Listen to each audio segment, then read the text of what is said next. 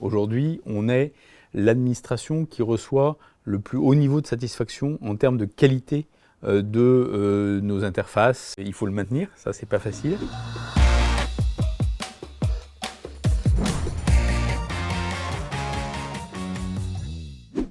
Bonjour. Bonjour. Bonjour Monsieur Fournel.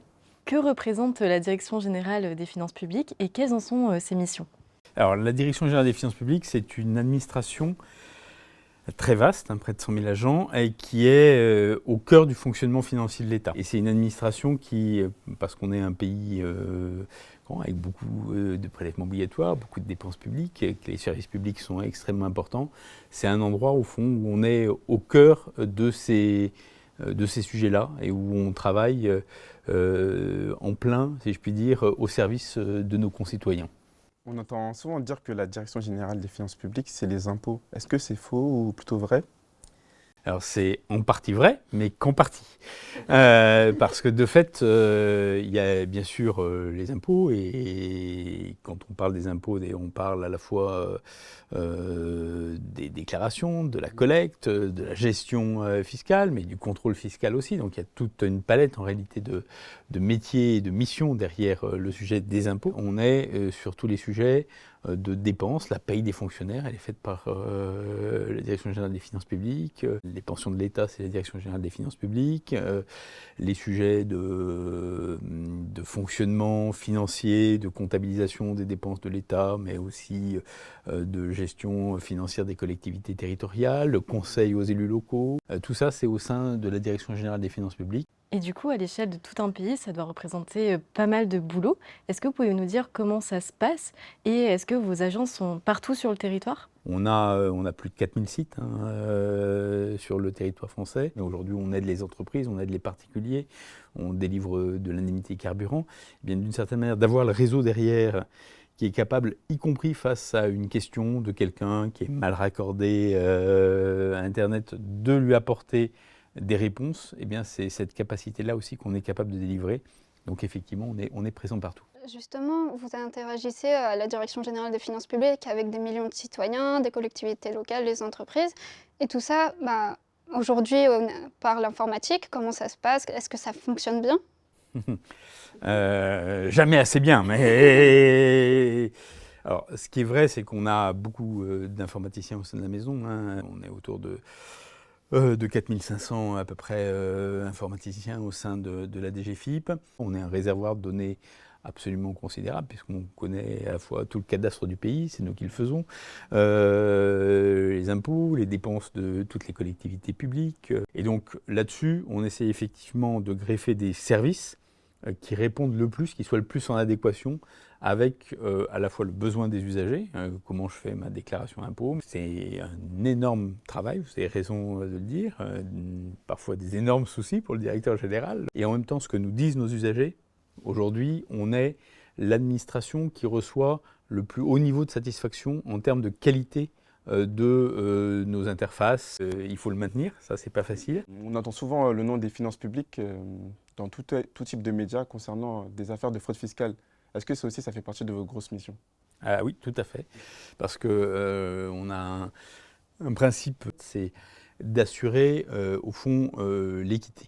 Et assurer l'équité, c'est faire en sorte qu'il n'y ait pas de types qui s'en sortent avec les poches pleines, là où ils devraient avoir payé leur éco. Pour nous, lutter contre la fraude fiscale, c'est effectivement une mission très très très fondamentale. On a même aujourd'hui des services d'enquête judiciaire conjoints avec la Direction générale des douanes. L'idée étant de pouvoir couvrir tout le champ des fraudeurs, au fond du petit fraudeur, voire des simples irrégularités. On a un gros travail, je dirais, d'explication. La fiscalité, parfois, c'est un peu compliqué. Donc, il faut qu'on aide nos concitoyens à ne pas se planter. Et puis, vous avez des grands fraudeurs. Et ceux-là, il faut des gros bâtons pour aller les chercher. Comment faire de l'écologie en travaillant chez vous? Alors, en travaillant chez nous, on fait assez naturellement de l'écologie. Ces valeurs-là, elles supposent que face aux défis qu'on a aujourd'hui, et les défis aujourd'hui, c'est effectivement des défis climatiques, des défis environnementaux notamment. Les impacts sont chez nous assez lourds.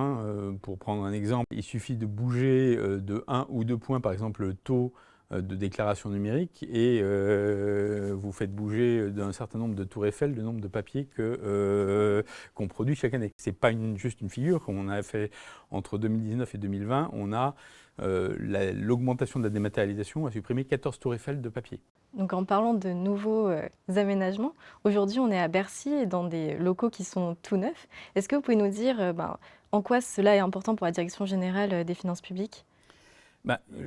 Les mœurs ou les façons de se relier au travail changent. À la Direction générale des finances publiques, il y a par exemple près de 50% des agents qui ont signé une convention pour faire du télétravail.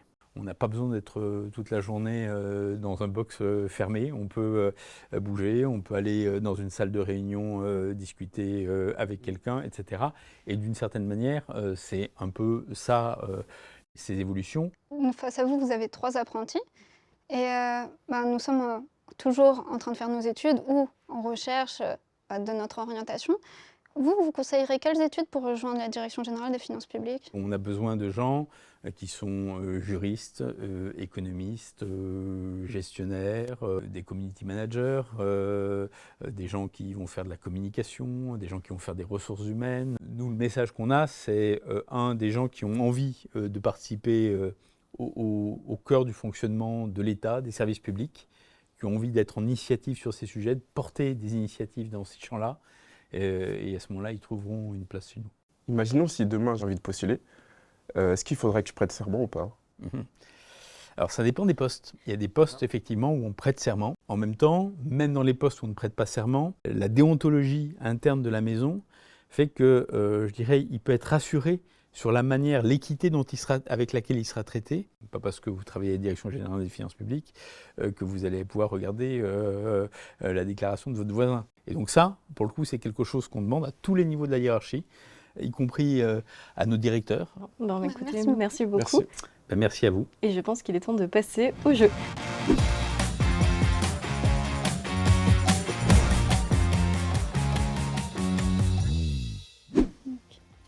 On vous laisse choisir une carte.